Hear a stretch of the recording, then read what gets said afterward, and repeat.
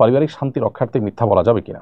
মিথ্যা বলা মৌলিকভাবে গুনাহের কথা সর্বাবস্থায় খুবই জঘন্য অপরাধ। নবী সাল্লাল্লাহু আলাইহি ওয়াসাল্লাম বলেছেন, মানুষ মিথ্যা বলতে বলতে একসময় আল্লাহর কাছে মিথ্যাবাদীদের তালিকায় তার নাম উঠে যায়। আল্লাহর লানত মিথ্যাবাদীর উপরে বর্ষিত হয়ে থাকে কোরআন আয়াত অনুযায়ী। তবে কিছু ক্ষেত্রে মিথ্যা বলার অনুমতি দেওয়া হয়েছে। তার ভিতরে একটা হলো যে কোনো কারোর সাথে যদি কলহ তৈরি হয়, বিবাদ তৈরি হয়, তাহলে দুজন ব্যক্তির মধ্যকার কলহ বিবাদ নিরসন করবার জন্য মিথ্যা কথা বললে সেটা জায়েজ রয়েছে। অতএব পারিবারিক এই সমস্ত ক্ষেত্রে স্পষ্ট মিথ্যা না বলে একটু আপনার কৌশলের আশ্রয় নিয়ে ঘুরিয়ে বলাটা উত্তম।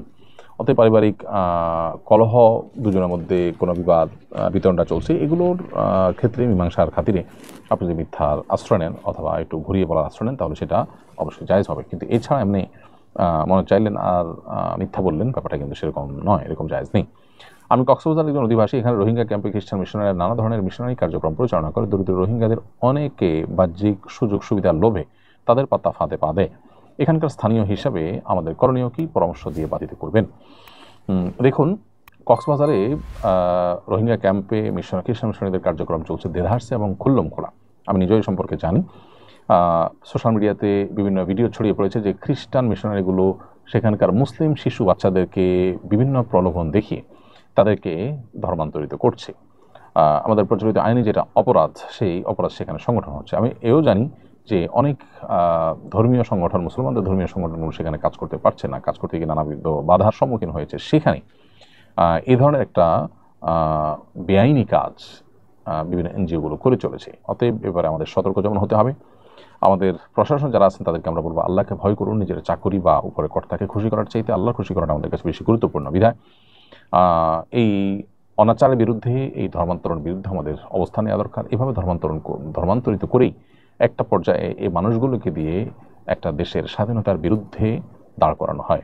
পৃথিবীর বহু দেশে এর নজির রয়েছে। অতএব খ্রিস্টান মিশনারিরা কোনো দেশে মধ্যে স্বাধীনতা নষ্ট করে সেখানে নতুন একটা দেশ তৈরি করা অথবা মানুষের মধ্যে অস্থিতিশীলতা তৈরি করা, এটার জন্য তারা এই ধরনের কাজ এর আগেও করেছে, এখনও করছে। বিধায় দেশের প্রয়োজনে, রাষ্ট্রের প্রয়োজনে আমাদের প্রত্যেকটা মানুষের সম্পর্কে দায়িত্বশীল আচরণ করা দরকার এবং প্রত্যেকটা মানুষ সচেতন, সতর্ক হওয়া দরকার। এবং রোহিঙ্গা ক্যাম্পের সকল প্রকার এই যে খ্রিস্টান মিশনের কার্যক্রম অনতিবিলম্বে নিষিদ্ধ করা প্রয়োজন। হামদ সুমন মিয়া আপনি লিখেছেন, আমি আরবিতে নামটা যার কারণে ওইভাবেই পড়তে হলো। আমি শৈশবকালে অনেকের নামে গীবত করেছি, তারা অনেকে মারা গিয়েছেন, এখন কিভাবে ক্ষমা চাইব? প্রথমত তওবা ইস্তেগফার করবেন। যাদের গীবত করেছেন তাদের জন্য ইসালে সওয়াব করবেন, তাদের জন্য সওয়াব পাঠানোর ব্যবস্থা করবেন, সাদাকা করবেন তাদের তরফ থেকে, আল্লাহর কাছে তাদের জন্য মাফ চাইবেন। ইনশাআল্লাহর মাধ্যমে আল্লাহ তাআলা আপনাকে মাফ করবেন।